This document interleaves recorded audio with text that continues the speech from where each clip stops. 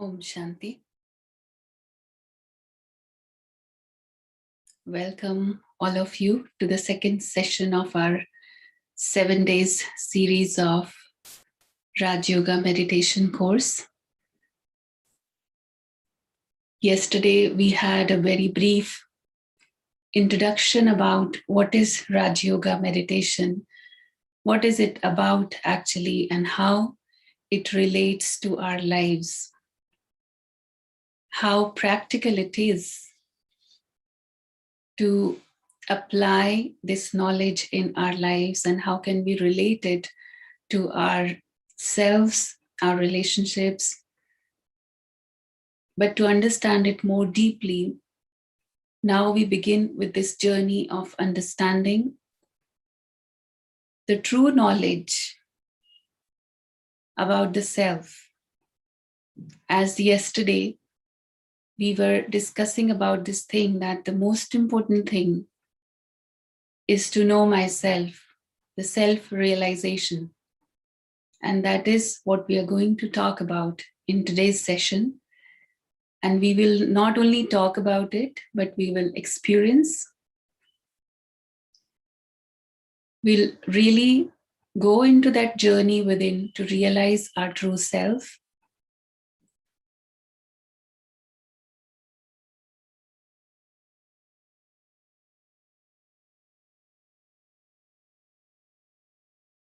So as we begin with,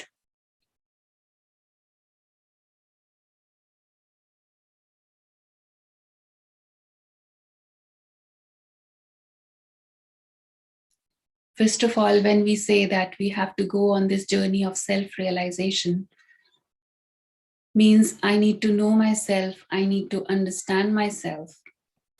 And when I say know myself, actually this is a very basic question.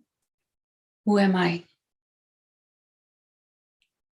And this question actually is the search of many for hundreds of years, or we can say thousands of years. So we will explore into this question as we move forward in today's lesson of self-realization. So if I ask you, who are you? How will you reply this question? You can just reply it to yourself. As soon as I ask myself, who am I? What is the reply that comes instantly from within?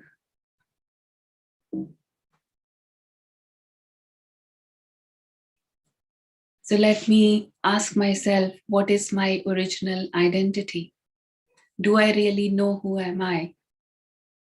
Because when we talk about this question, simply somebody asks you about your introduction, you're being asked to introduce yourself in front of anyone, any new person you're meeting. How would you introduce yourself? Normally, we identify ourselves with our name, our nationality. I will tell I'm so and so. I'll tell I'm Indian or American or something else. I tell I'm a teacher or a doctor or engineer or a sports person. So I'm telling my identity. Just think about it, reflect on this, because this is a very important question, and this is the foundation of Raj Yoga meditation, which we are going to not only understand, but going to make it a part of life, a way of life.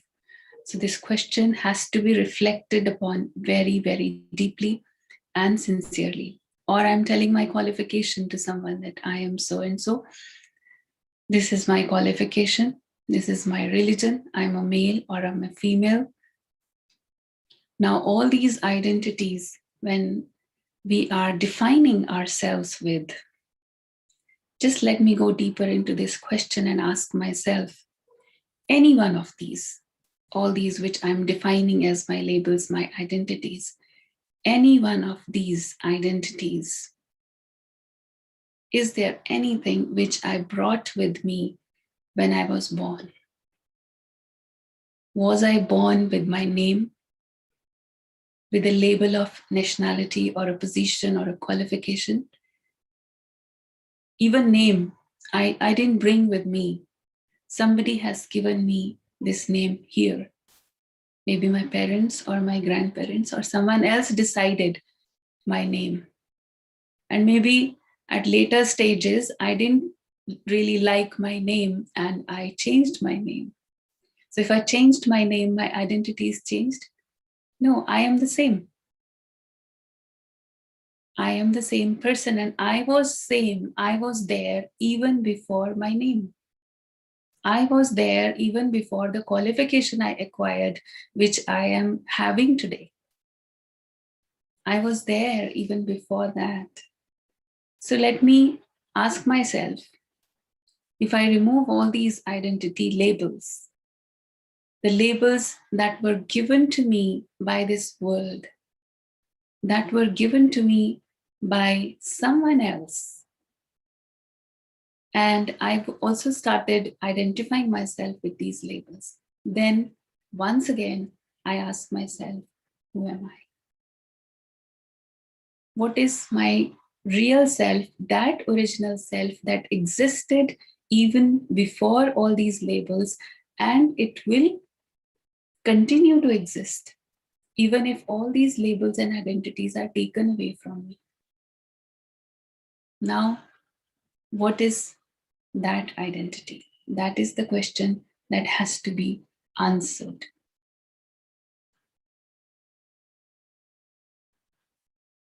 We see this body on outside, this physical body. When I look into the mirror, I see myself as this body of flesh and bones made of 5 elements: fire, earth, air, water, space. All these things are making this body. But who am I? Now let us go into this question a little more deeply.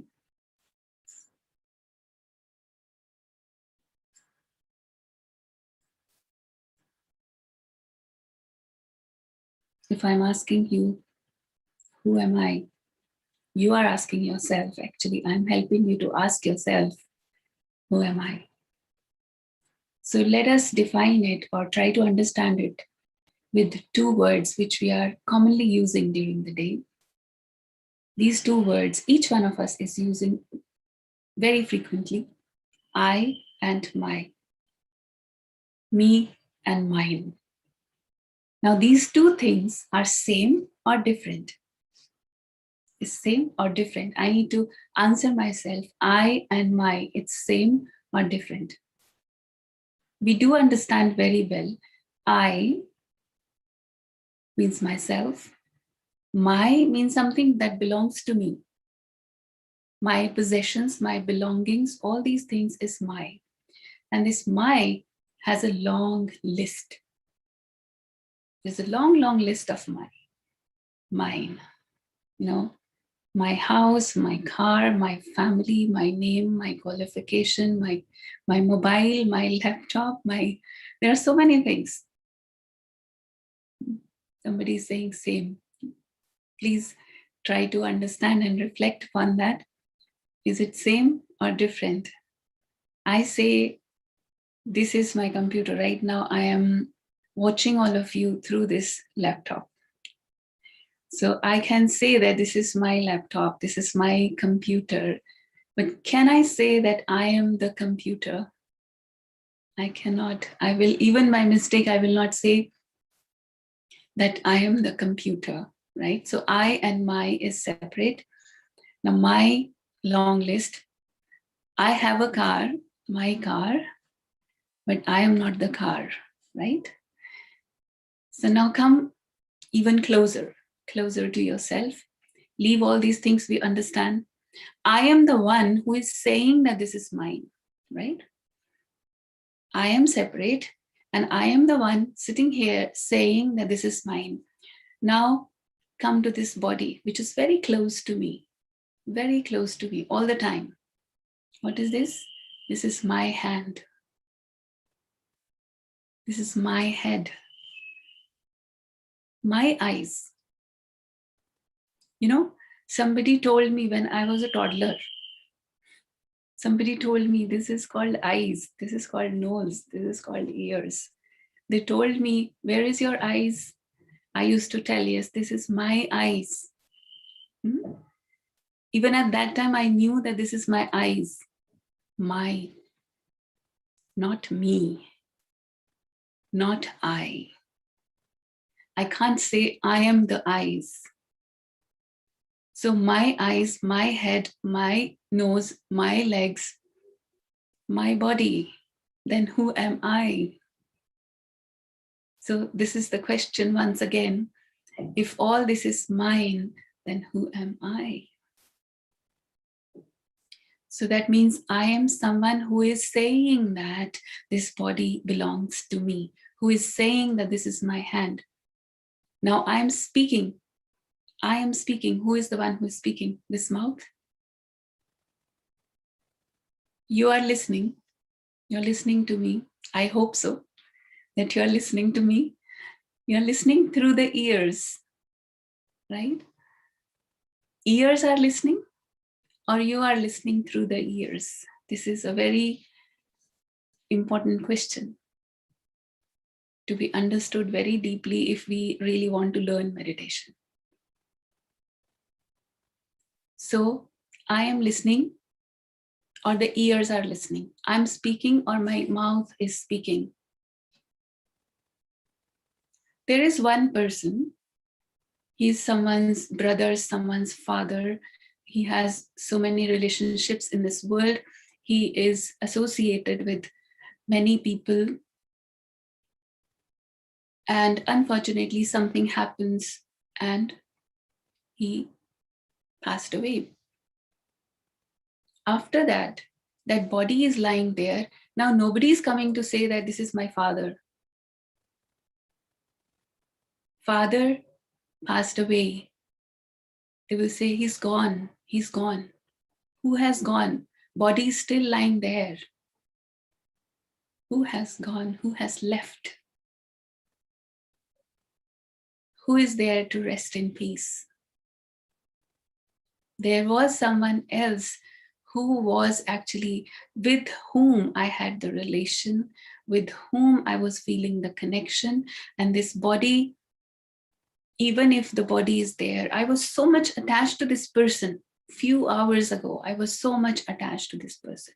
And now I'm in a hurry. Please take away this body. I need to arrange as soon as possible. Take away this body. I can't keep it. So what was that? That is life. That is soul. The one who is speaking right now, which is missing in that body, even though it has ears, it has mouth, it has eyes in that body also. But it can't speak, can't see. It cannot listen. Whatever you speak, you cry, you scream, it can't listen. So right now when I say that I am speaking, who said that? I said that. And who is the one who is saying that? That is the energy. I am the life. I am the soul who is speaking through this body. This is the very foundation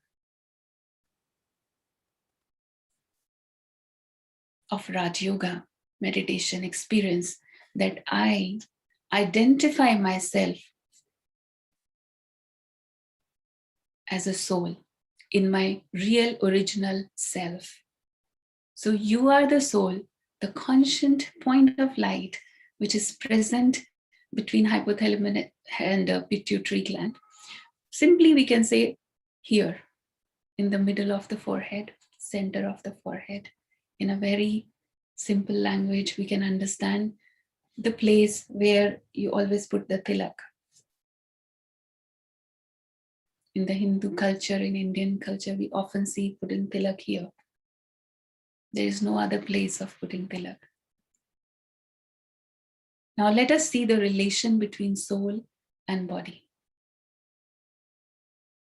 If body is like a shell, then soul is the pearl in this shell. And we can say if body is like a driver, then soul is the car. Sorry, body is like the car and soul is the driver. So I can say that I am the driver of this car. I can say that I am driving the car. So who is more important, car or the driver? If body is like a house, then soul is the owner of the house. I go to meet someone, I go to see someone in their house. I'm not going to meet the house, I'm going to meet the person. Person is important than the house, than the architecture, than the interiors of that house. I'm going there to meet that one because that is important. So we can also say that this body is like a chariot. If it is like a palace, I am the king. I, the soul, is the king, the ruler. And we every day use mobile phone. If we consider this body as a mobile, then soul is like the SIM card. Without SIM card, it's dead. It's nothing. It's just a piece of metal, nothing else. And this body is like a robo, then soul is the programmer, the one who is actually programming, who is deciding what to act, how to act through this body.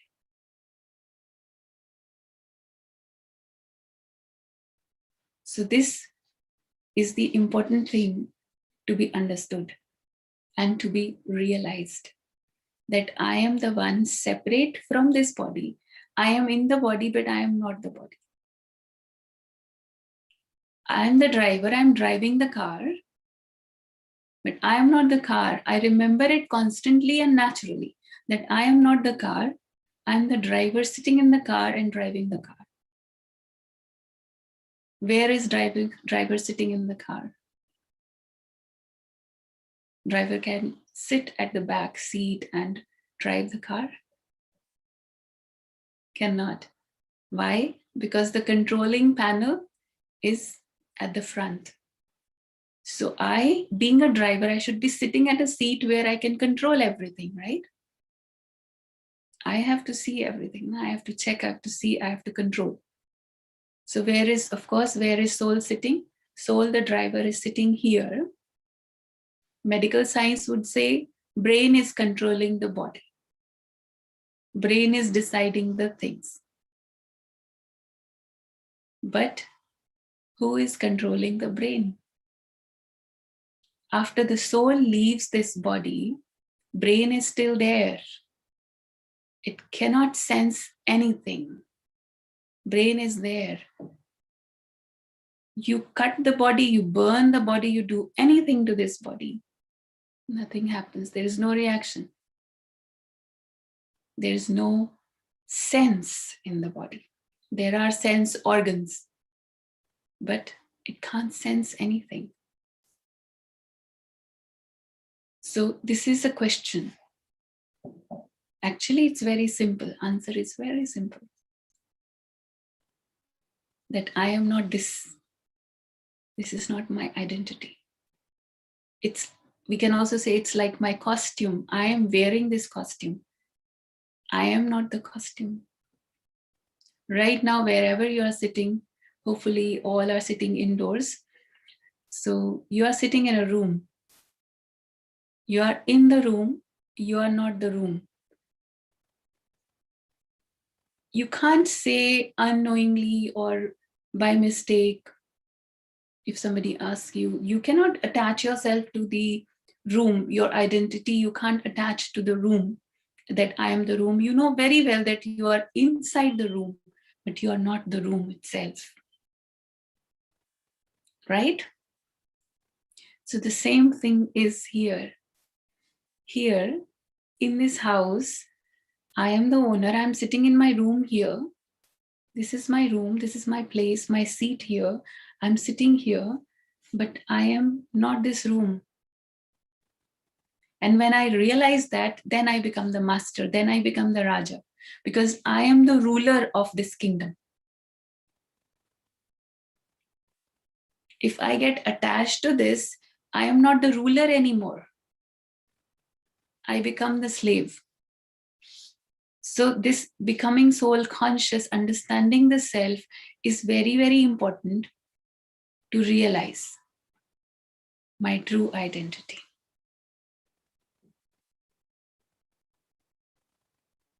Let us see further. So I become the master of the body. Otherwise, what is happening? Sometimes we say, I didn't want to see that, but it just happened to me. I didn't want to hear, but somebody came, they were speaking, so I couldn't avoid it. I just had to, I can't control. Means my ears, my eyes, my tongue. I don't want to eat this. I know I decided for myself that I will not eat this, but I'm still eating that. I end up eating those things which I know that it's not good for me. Why? Because I don't remember that I am the master. I don't remember that I am the controller and the ruler of this kingdom of all my sense organs. And as soon as I remind myself that I am the master, I am the soul, sitting here giving commands to this body, to each and every sense organ, then it comes completely under my control. We know very well, if we are asked to write a biodata of my body, physical identity, I know it very well. But what is the biodata of soul? Name, form, father, mother, address, date of birth, occupation, qualification. What is the specific identification?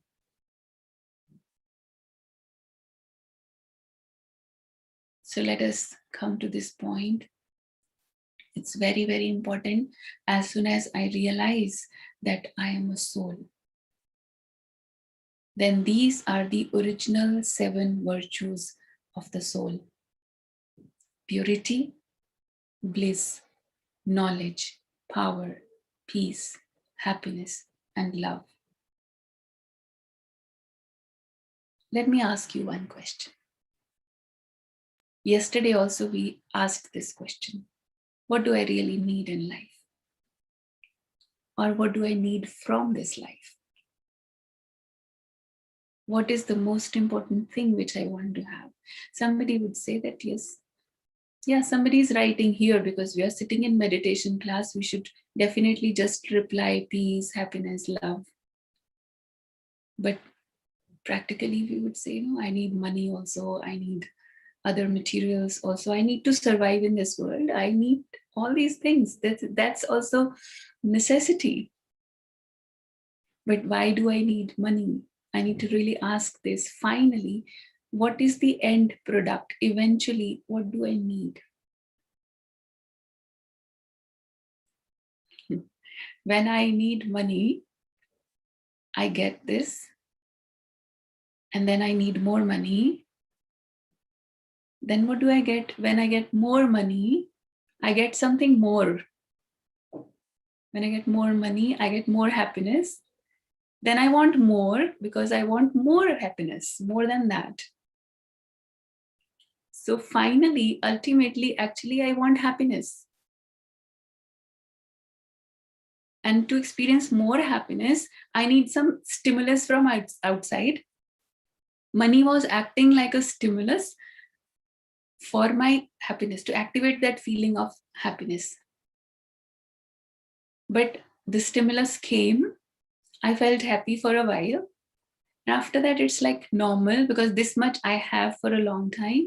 Then now I need something else, some excitement, something new, so that I can again feel happy.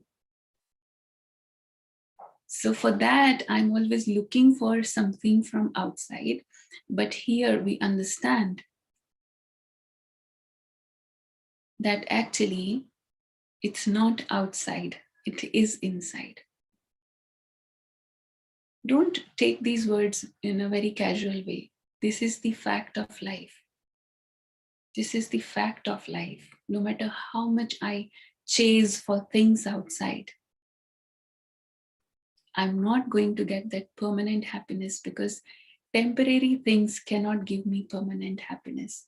So we've come back to the reality in the first lesson of Raj Yoga itself, that I, the soul, inside, having the treasure store of all these virtues.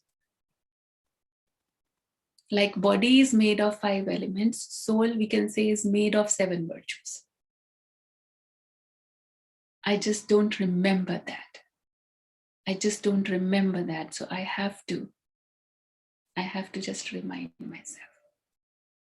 So what are we doing here? We are reminding ourselves. So we will have a 5 minutes experience first, then we will go further. Okay? So let us just now, whatever we were discussing and listening, let us go into that inner journey of experiencing this true self, the true identity, who I really am.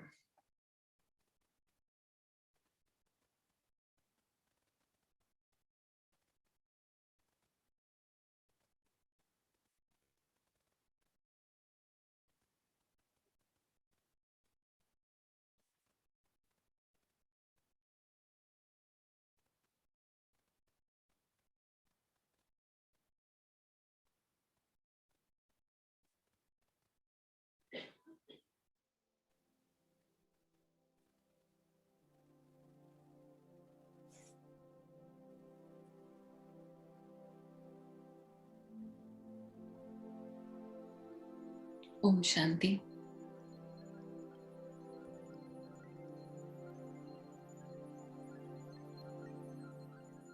Let me sit comfortably.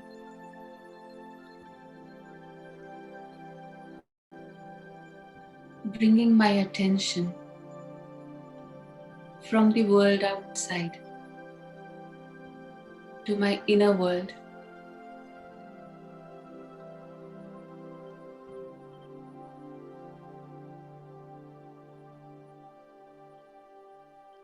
Let me ask myself a simple question.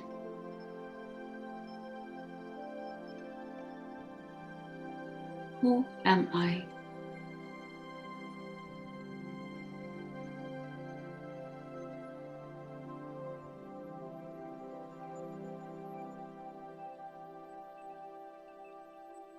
Am I this name?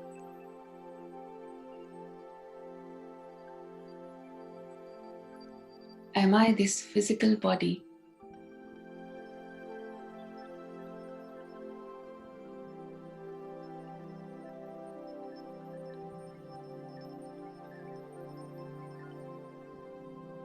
My profession, my qualification.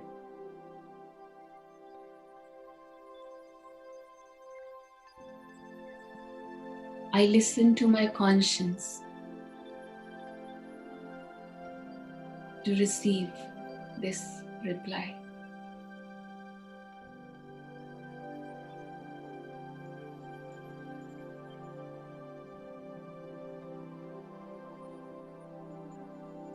My inner voice tells me, who am I?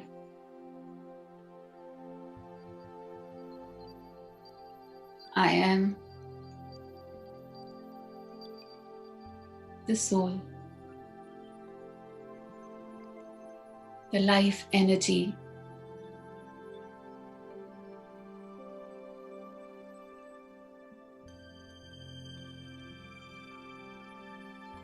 This body is just my costume.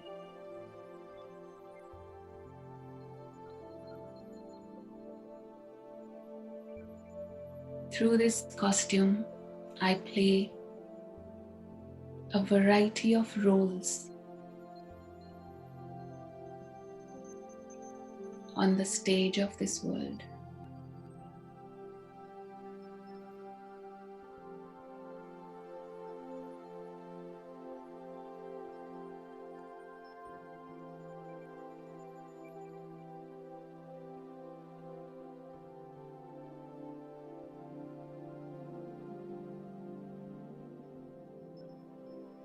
So, in this moment of self-introspection,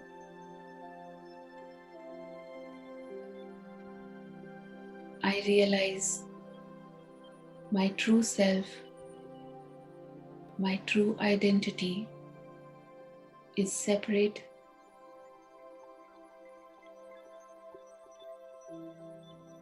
from the labels outside.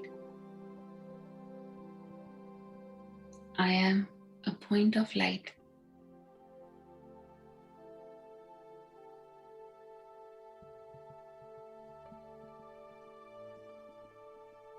These physical organs are all my instruments.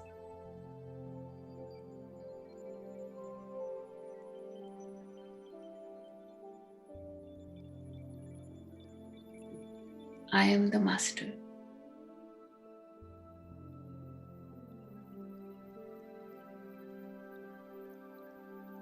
I am the energy, the life energy. I see through these eyes.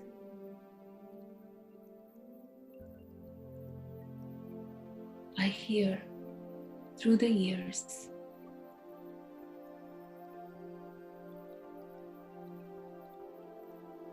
I speak through this mouth.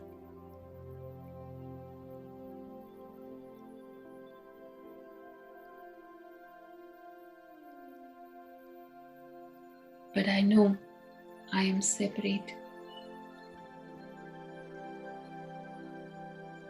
I am just a point of light,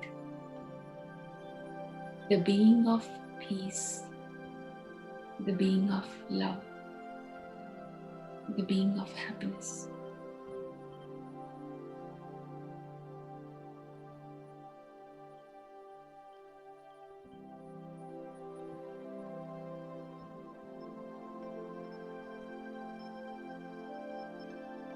Now, being in this conscious,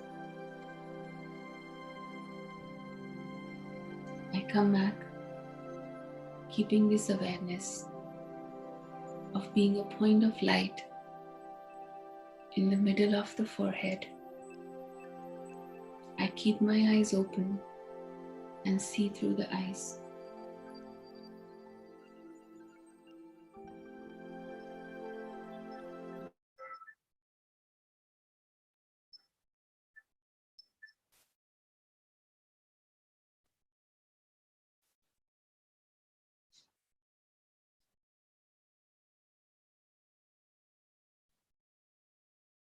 This is the very important practice to realize myself and then keeping myself in that awareness of who I really am. What is my true self? And then come into action, keeping that awareness. Then I can experience all the 7 virtues, which is actually my own treasure, which is my own self. I am this. I was this. I am this. I will be this forever. Even if the outside things, external things are changing, but I will remain the same. Now, what is happening is, now some people ask this question also, that if I am peace, I am love, I am happiness, and that is my true self, then why anger, hatred, jealousy? From where all these things coming? Answer is very simple.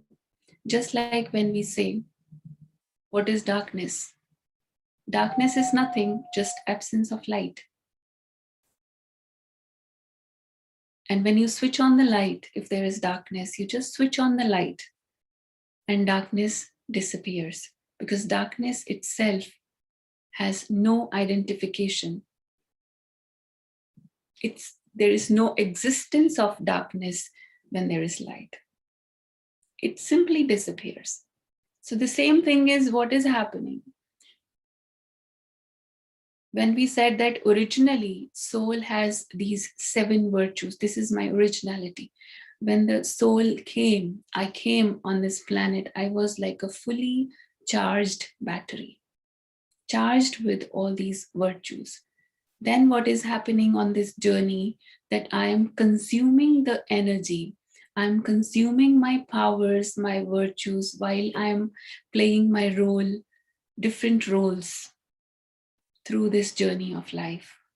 But I don't have time, or I don't have the awareness of charging the battery once again. And that is the reason when battery is discharging, the light is being replaced by the darkness. From where anger comes. Anger is nothing. It is an emptiness inside. Now, let us have a quick look on that. Lack of knowledge. Now here, knowledge means the real knowledge, the wisdom. Lack of knowledge will bring doubt. Doubt itself is nothing. But when I don't know the facts, when I don't know everything clearly, then there is doubt. Absence of purity is waste thoughts and waste actions. Absence of love becomes selfishness. Absence of peace becomes anger, fear, tension, worry. Absence of happiness, if I'm not happy, then I'm jealous or I'm greedy. Absence of bliss. Blissful feeling is a feeling of being contented. If I'm not contented inside, of course, I will attach myself to something or someone to get back that experience of contentment. Absence of power. Now here, power is spiritual power. If I don't experience the power inside, if I feel myself powerless, I don't feel the strength within, I try to get that power from my post, my position, or physical power. All these things will emerge.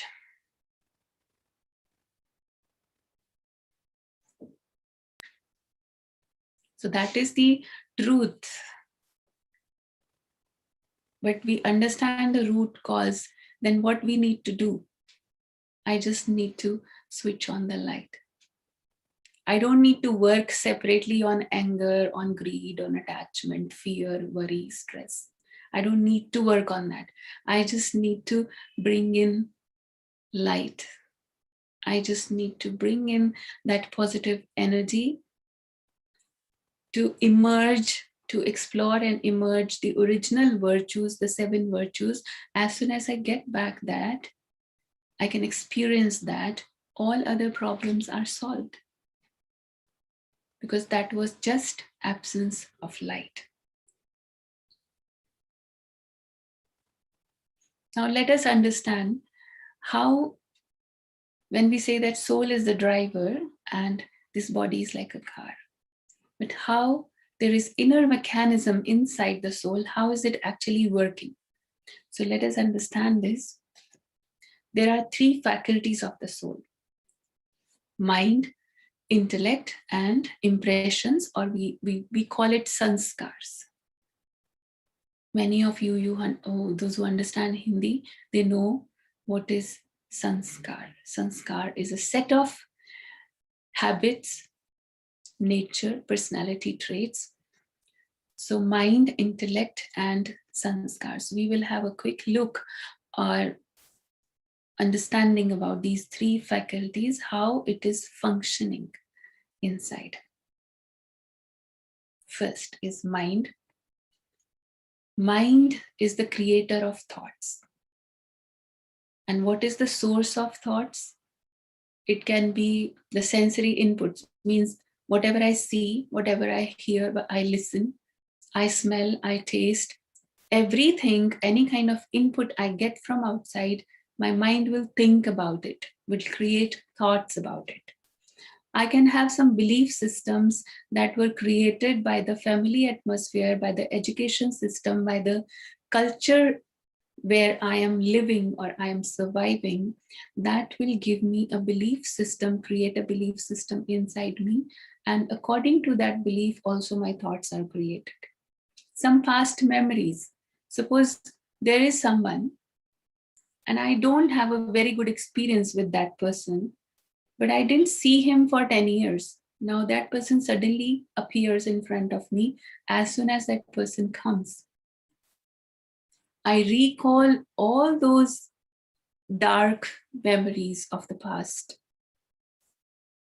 And when I recall all those things, of course, my mind will start creating those kind of thoughts. And then there is creativity. We can create thoughts. We do create. Mind is very creative. We can actually think of anything. We can imagine anything. That's how innovations and discoveries happen, because we are very creative. That's how so many beautiful art pieces are created in this world, because of that creativity. So there are different source of thoughts, but then there is further classification, different kinds of thoughts. Let us see. First is positive thoughts. We understand. Negative thoughts, something which is not very good. Then waste thoughts. Waste thoughts is neither positive nor it is negative, but it's just waste. It's not required, unnecessary. We started thinking of someone or something and we just keep thinking about it, and there's no use of thinking that. Then there is necessary thoughts. This necessary thought also is not, it might not be very positive, but it's not negative also. Like, now vegetable is finished. I don't have any vegetable in my fridge. I have to go to buy a vegetable. It's neither positive nor it is negative. It's just necessary thought. So we have all these 4 kinds of thoughts usually we can classify. But after that, now next question is, so many thoughts. We know how many thoughts are coming in our minds in one day or in 1 minute. How many things you can think or imagine in 1 minute? There can be like 20, 30, 50 things I can think about in 1 minute. But can I do everything? No. So I need to filter that, right? Who is going to filter that? Yeah, approximately 50. Okay, everyone will have a different number. Somebody 20, somebody 30, somebody 50. It depends. If you are in stress, then it can be even 80, because the speed of thoughts is very fast at that time. When we are in fear, it's very fast. So, but then the next question is that how to choose. 10 things I'm thinking in 1 minute, and I have to choose. Who is going to choose that? Have you sometimes experienced that there is a dialogue inside? I should do this or I should do that. Then I feel there is someone, some gut feeling, there is something inside that's telling me what's right. What should I do actually? What should I choose out of all these options my mind is giving to me? Do you experience that sometimes, that inside I have that kind of inner voice that is telling me? What is that? That is the second faculty of the soul. Intellect, the decision maker. This is the decision making faculty that will decide, will analyze, will choose, will calculate, will discern, discriminate what's right, what's wrong, what's in long term, what is good for me, short term, what is good for me, what is that relates with my purpose, my goal. So all this decision making is done by the intellect, which is the second faculty of the soul. And someone whose intellect is working very well is called intellectual. And then the third thing is, now here you see the dialogue of mind and intellect. If mind is like a horse, then intellect is the horse rider. Now, horse rider needs knowledge of destination, one thing. Second thing, it also needs the power, the strength to control the horse. Otherwise, difficult to manage this mind because it's running like a horse. Now, when the intellect is deciding, choosing something, one thought out of so many thoughts, then that thought comes into action. And that action, when I repeat a similar kind of action again and again and again, it becomes my habit. And habit goes deeper into the subconscious and it becomes sanskar. It is registered on the soul. It is recorded as an impression on the soul, imprinted inside. And not only in the superficial memories, but it is something so deep that even if the soul leaves the body, this sanskar will go with the soul to the next birth also. And we have seen the examples of that. We can experience that in our own life also. Sometimes we observe some kids, and people would say that when they say something very unusual, some kind of habit, very unusual, and which is not visible in any of the family member of that child, neither in the parents, not in the grandparents, not in anyone else. But you see that this child is so unique and so different from others, from where this sanskar is coming. Because soul is eternal, soul never dies. It's imperishable, immortal.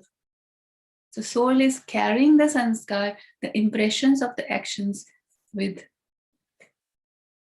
carrying forward to the next life. So how much I need to be careful about it? What I think, what I decide to do, to bring into action, because every thought is not being translated into action. Some thought, they just remain as thoughts. They never become action. They never become karma. But what am I choosing is really deciding my destiny. Because that is what I'm performing. Today, you see, I suppose I tell you that for meditation, you can try if you wake up early morning. Early morning can be a different definition for everyone. Some people, for them, whenever you wake up at 4, it's good morning. When you wake up at 7, it's good morning. You wake up at 10 also is good morning. So everyone says good morning, but depends when is your good morning. If I suggest you and I convince you completely that you should wake up before 5 in the morning, and you are really convinced by the logic I have given you, I'm just giving an example to you. But yes, I do suggest everyone that if you can wake up at that time is good. So suppose you wake up, you decide, after listening to the class, you decided that yes, tomorrow definitely I am going to wake up at 4 or 4:30, before 5. So you go back after the class, and first thing you do is you set the alarm clock, 4:30. By this time, everything is fine. But when early morning 4:30 alarm clock rings, what happens? If someone who is used to waking up at 7 or 7:30 or 8, something like that, and today it's 4:30, what is the dialogue inside? We know what is happening. Yes, we just snooze the alarm. That's right. That is what most of us do. But what is happening inside? Why did I take this action? How and who decided? I was the one that was my choice to decide that yes, I want to wake up. I decide, I take the action also. I use the alarm clock. And then I am the same person who is deciding in the morning not to wake up. 10 minutes more, 20 minutes more, half an hour more. It's a long day. It's going to be so hectic during the day. So I need to sleep more. I want to wake up early. There's a dialogue inside that time. I want, but I will start soon, not today. I will start it later. This is something happening with most of us. Mind is saying something else.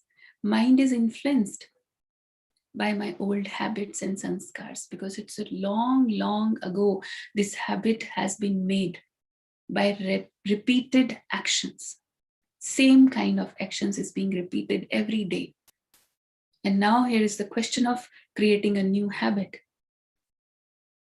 So I have to challenge my old habits. And this is possible only with meditation. We are understanding the mechanism. We do understand the dialogue. We understand what is right and what is wrong. But the next step is getting the power through meditation. Because what will happen with meditation? Intellect, the one who has to decide. Because at that time, who is deciding to snooze the alarm? Who is the one who's deciding? Intellect. And who is convincing the intellect to decide that, to choose that? The same intellect who was choosing, yes, deciding, yes, I want to wake up. Same intellect in the morning is being influenced by something. And that something is not outside. Outside is the alarm at that time, but my inside voice, which is influenced by my old habits. Now, in this case, mind is innocent, because mind simply creates thoughts. Intellect has to become powerful, positive, and pure. When the filter is clean and pure, it can really choose the right thing at the right time. Otherwise, this is the main problem in many people's life, that I can't decide the things at right time. Sometimes we make right choices, but very late. So choosing the right thing at the right time is very important. And for that, meditation is empowering my intellect to make right decisions.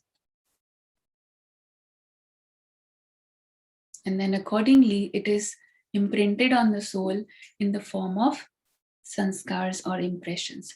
So there are different kinds of sanskars. There are sanskars of past birth, as we discussed. There are sanskars that we get from our parents. We get from the company where we remain. That's why it is called, a man is known by the company he keeps. Present time sanskar, because at present moment also what I choose, how I use my intellect to choose, to make the choices out of so many thoughts, that also creates my sanskars. And then there are some eternal sanskars, eternal impressions on the soul. That is the 7 virtues of the soul, which is my original pure sanskar, my true self, my true identity. And how is it visible? It's visible in the form of habits, my nature. Usually we say my nature is like that. I am like this. I am a person like this.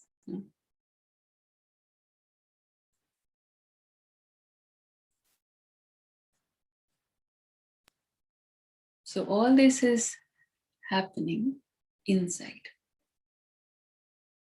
But these are 3 faculties of the soul. I am this. I am the master. So I take the lead. I take the responsibility. And I take back my seat of being a ruler, of being a master, being a king.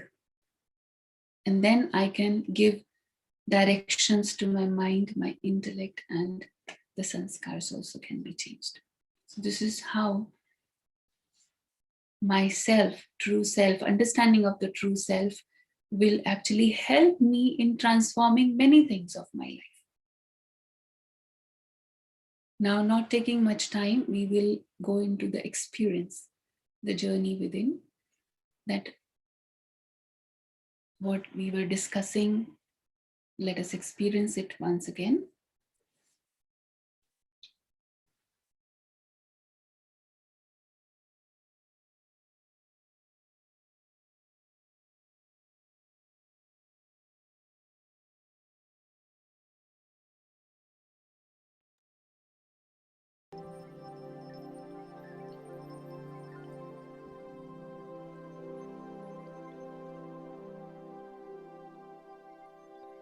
Om Shanti.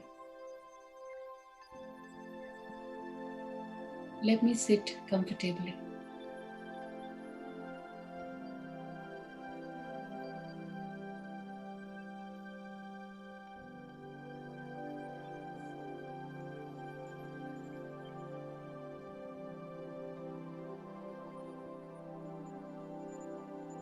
Taking a deep breath in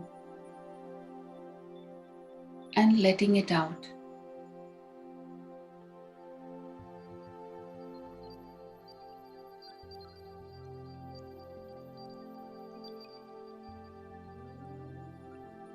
I relax myself.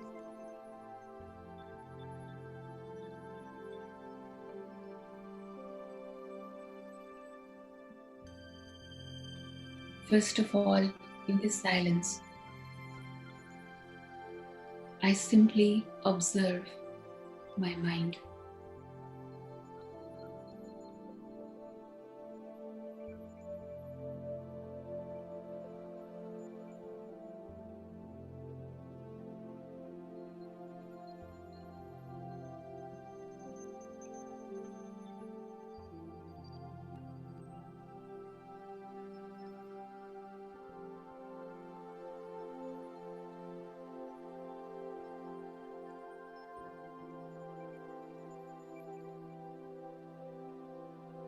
I observe my thoughts.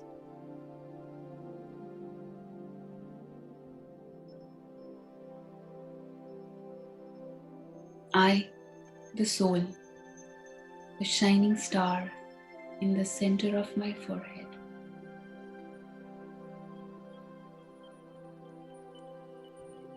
I am the observer.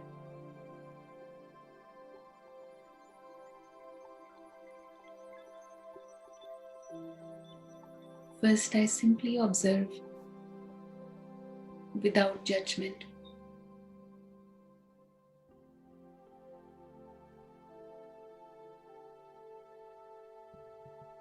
I choose to bring back my attention from outside to inside.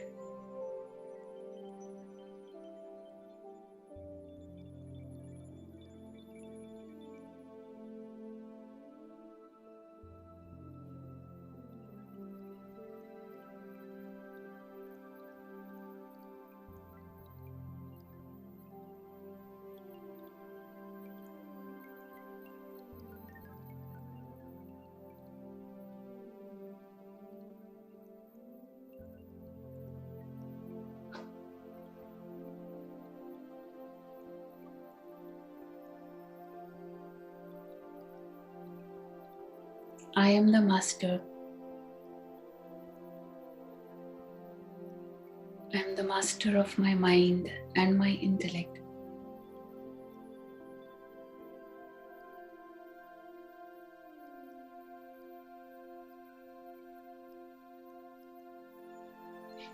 I can choose my thoughts. I can decide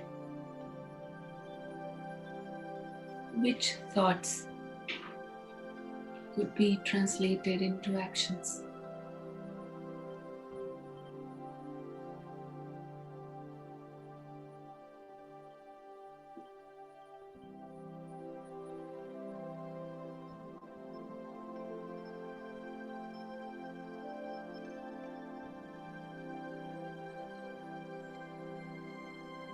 Stabilize myself in my seat of self-realization.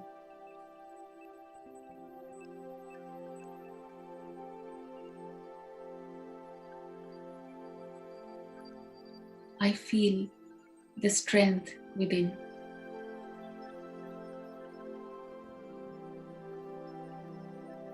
I experience the power to choose.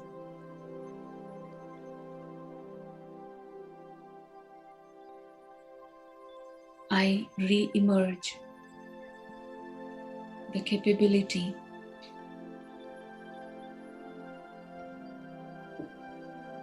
to take decisions.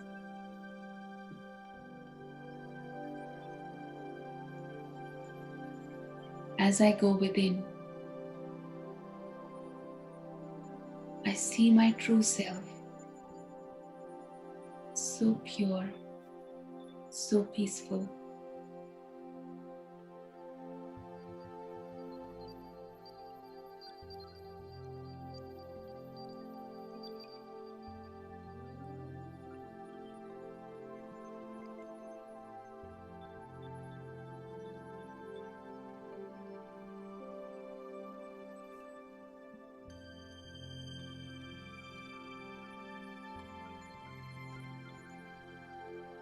I experience clarity, clarity of intellect.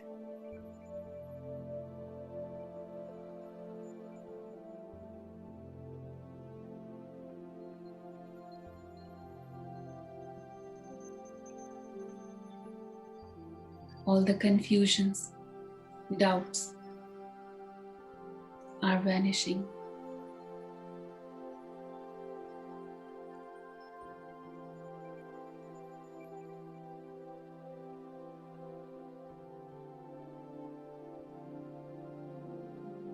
I become the master of myself.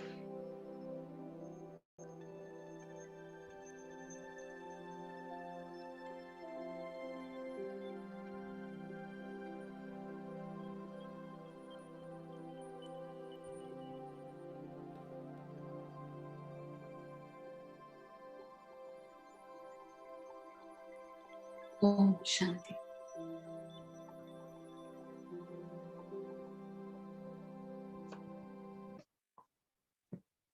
Didi, may I take queries related to today's session? Yeah, so the first question is, why is it important to consider oneself as soul? Because I was considering myself as body throughout, and I would like to know what are the benefits of considering oneself as a soul versus body.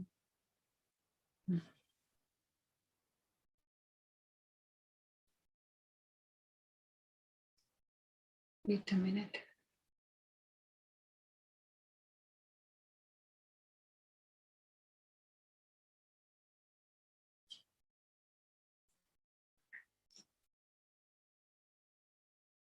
Because this is the first step today for meditation, and the most important and the foundation, as I said, of Raj Yoga, being soul conscious, being aware of my true self, which is the soul, and considering myself as a soul. It's not only considering myself as a soul, but it is the reality that I am a soul. I am reminding myself that I am a soul. So it's about shifting your awareness from body conscious to soul conscious. So let us have a look. What are the benefits if I shift my awareness from body conscious to soul conscious? In body consciousness, there is comparison. And in soul consciousness, there is acceptance.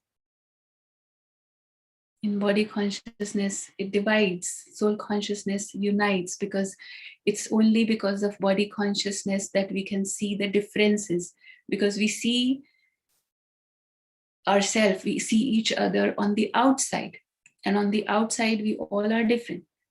But when we see the inside, I, the soul, I'm talking to you as a soul, then it unites, it actually removes, it vanishes all the boundaries of color, of religion, of nationality, of gender, everything which was dividing us on the basis of body consciousness. In body consciousness, I am a slave of my desires. Because when I consider myself as a body, which is not the truth, but I started believing that I am so and so, then of course it's like, I am so and so, I am elder, or I'm senior, you are my junior, then you should be doing that to me. So I have some desires that I should be getting this, I have some expectations. So I become the slave. But in soul conscious, I am the master, as we have already discussed it. And then I am free. When I am the master, I'm free from desires and expectations. Body consciousness, the biggest fear is the fear of death. And in soul consciousness, I know I never die. I know I am eternal. I know I am immortal. So there is no fear. Okay. Adi, the next question is, while staying at home or while working, or if I'm a student, it seems a bit difficult to remain in the awareness that I'm a soul. I'm And sorry, I couldn't hear you in the beginning. Can you please yeah, repeat? like if I'm a student or if I'm working while doing my chores at home, it seems a bit difficult to remain in the awareness that I'm a soul. Like I keep forgetting. So how do we deal with that? It's good that at least you are aware. You are aware that you are forgetting. Because if you are aware that you're forgetting, then you will try to remember and recall next time. And it is very practical question, and you should not be feeling that it is something abnormal, because see, even in only in one life, if you see from the childhood, what we were taught that you are so and so. I was a small child, little child, and I was shown the mirror and I was told that this is you, this is you, this is you, 1,000 times. 10,000 times I was told, this is your name, this is your name, this is your name. And when I started believing it and I started living with that, and now after so many years, somebody comes and tells me, you are not this. Of course, it will take some time. So allow yourself to take some time to practice this. But more you practice, less you will be forgetful about this. Now, if you can remember that I am a soul even only once or twice a day, maybe tomorrow it will be 5 times a day, and then it will, this awareness keeps on increasing, and that joy comes back. It keeps on increasing. So it's a matter of practice. So you just remember how many times I have practiced that I am this body. How many times I was told, you are Sapna, you are Sapna. I used to say, I'm Sapna, I'm Sapna, I'm Sapna. I mean, I'm not. This is my name. I'm not this. Okay. Then the next question is how to use all the 7 innate qualities of the soul in the mechanical manner in a day? Like, how do you use it practically? When you are aware that this is my quality and this is me, then it is natural that it will come into practice. It will come into my action. When I am aware, I am peaceful. I'm peaceful and I'm fully aware. Suppose I'm fully aware, I'm peaceful. And then, of course, different situations will come during the day. Somebody comes and starts shouting at me without any reason. I don't even know what is my mistake, and they're just shouting at me. But if I am really experiencing, just before that, I'm experiencing, I'm peaceful soul. I'm calm, I'm peace. This is my true self. Now, even if this situation is happening, but this awareness will help me to keep my calm. Normally, people will give you the tips.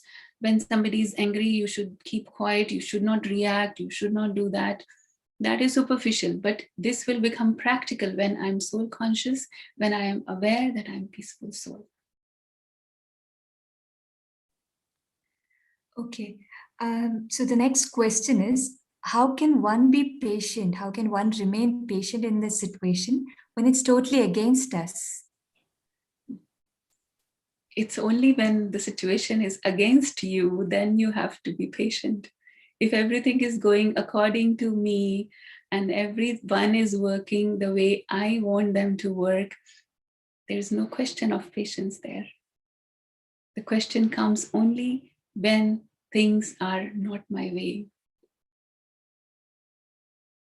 And that is where this is a test. Because right now you are studying. we are studying, right? And study is not complete without a test. When I am understanding and I tell myself that, yes, I am understanding. While listening, I feel, yes, now I realize, now I know. But how do you really know that you know? When the situation comes, that is the time to practice. That is also a time of checking.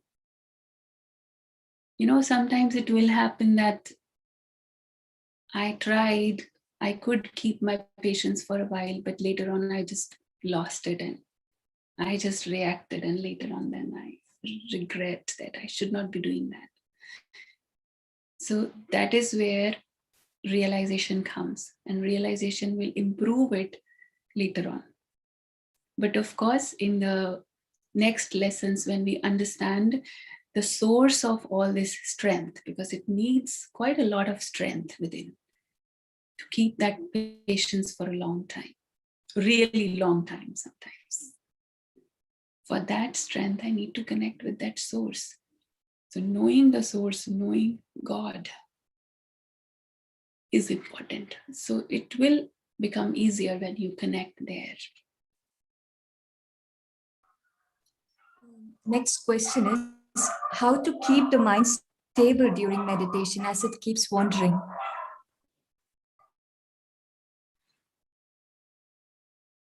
Mind is used to wander around for a long, long time. It's like a child. So you have to make this child a good friend. And this friend will listen to you. And in friendship, first thing is you have to accept the person. So accept your mind as it is first. And just think about it. A child, what is the basic nature of a child? He will jump here, jump there. It cannot sit just at one place. Even if you want him to sit at one place, you warn him that don't move from here. You just have to sit here. Don't go anywhere. And when you especially say don't go anywhere, what will he do? He will definitely go. So what we are trying to do is we are trying to control the mind. This word is very dangerous. Nobody likes to be controlled, including my own mind. It doesn't like to be controlled. So when I say that I want to control my mind, it's running away, it's wandering, I want to control, it doesn't feel good. So instead of controlling and trying to stop some particular kind of thoughts which I don't like, instead of doing that, I give a positive direction to my thoughts. I give some homework every day to my mind. Today, I will experience this. Today, I'm going to think about this. Today, I'm going to reflect on this point of knowledge. So I give some task so that it is busy. There are 10 rooms in the house, 9 are open, 1 is locked. Where will my mind go? Where will the child go and knock? I want to see this one. You're free to go anywhere out of these 9 rooms, but not this one. No, I just want this one. And this is what is happening with our mind. So don't try to control it or force it. Be gentle with yourself. Slowly, gently change the direction. Diti, one more question. If I see a picture or a video on Facebook, it makes my mind disturbed, and I keep watching it for hours. So, how to control my mind from disturbing? We should sometimes experiment digital fasting. Fasting, complete fasting for some time. And this is the need of the hour right now for many of us. Although this technology has become part of our life, all these gadgets have become so important for everything, whatever we are doing in whichever field we are. But We also do that, although we are serving through the technology, but sometimes we do that. That whole day, no mobile phone today, no answering of calls and messages today. And we just tell everyone that complete silence, just appointment with myself. So I have to gather that strength. To gather that strength, I need to in between. It's good for health, no? Like physical fasting for food is also good for health, for this physical health. For mental health, digital fasting, very, very important, very important. Try and do that. I would be eager to listen to your experiences. Yes, and it can someone as souls enter my body? Is it possible for someone else souls to enter my body?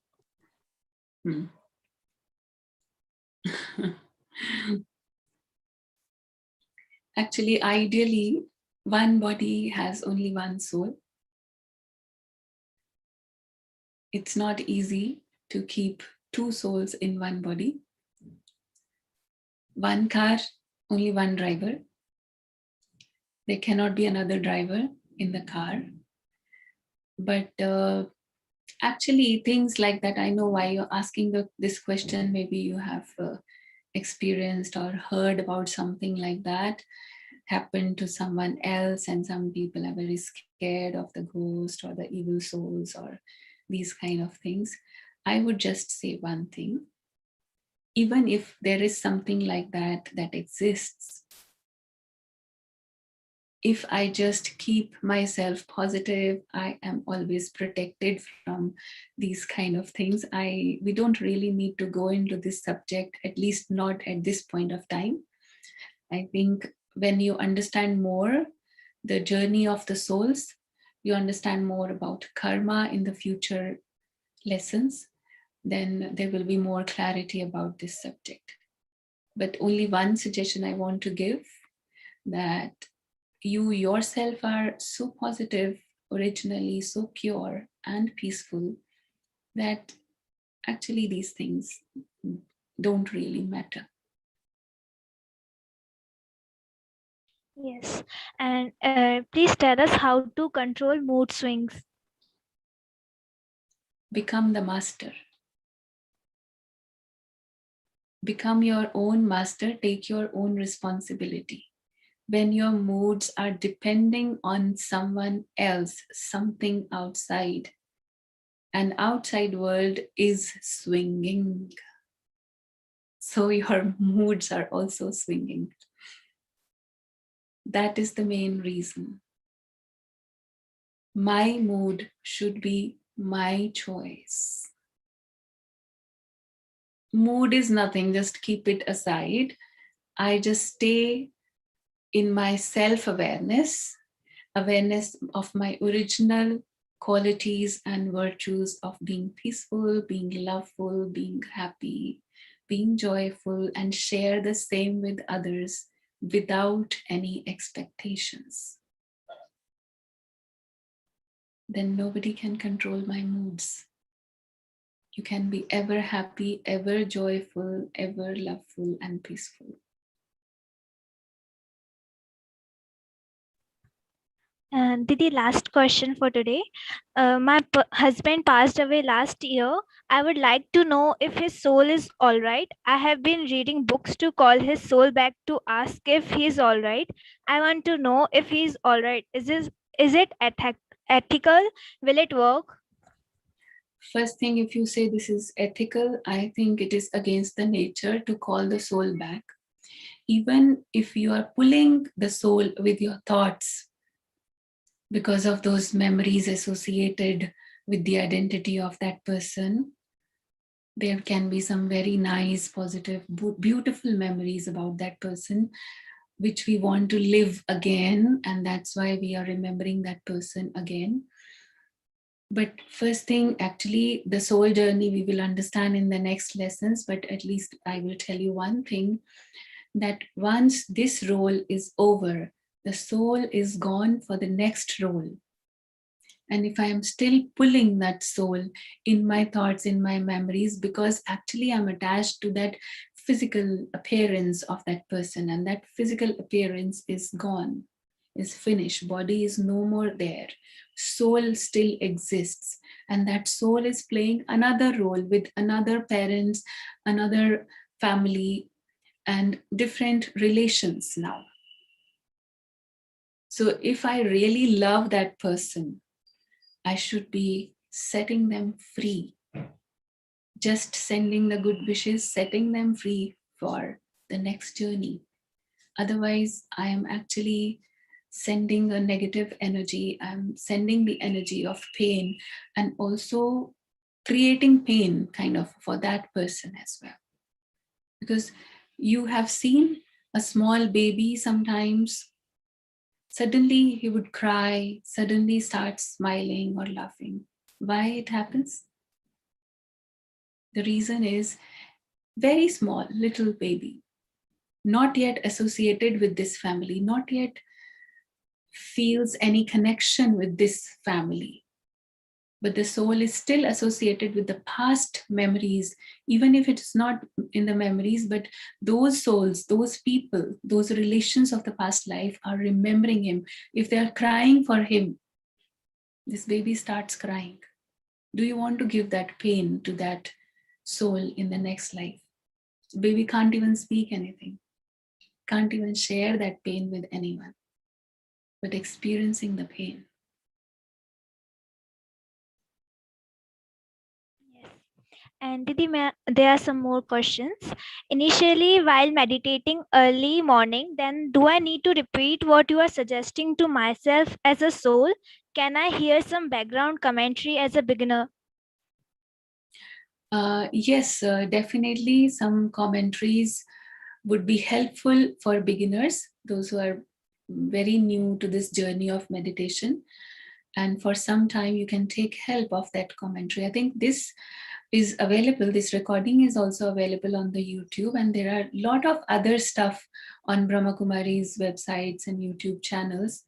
And I think that team can help to share some other commentaries also that can be helpful for you as a beginner.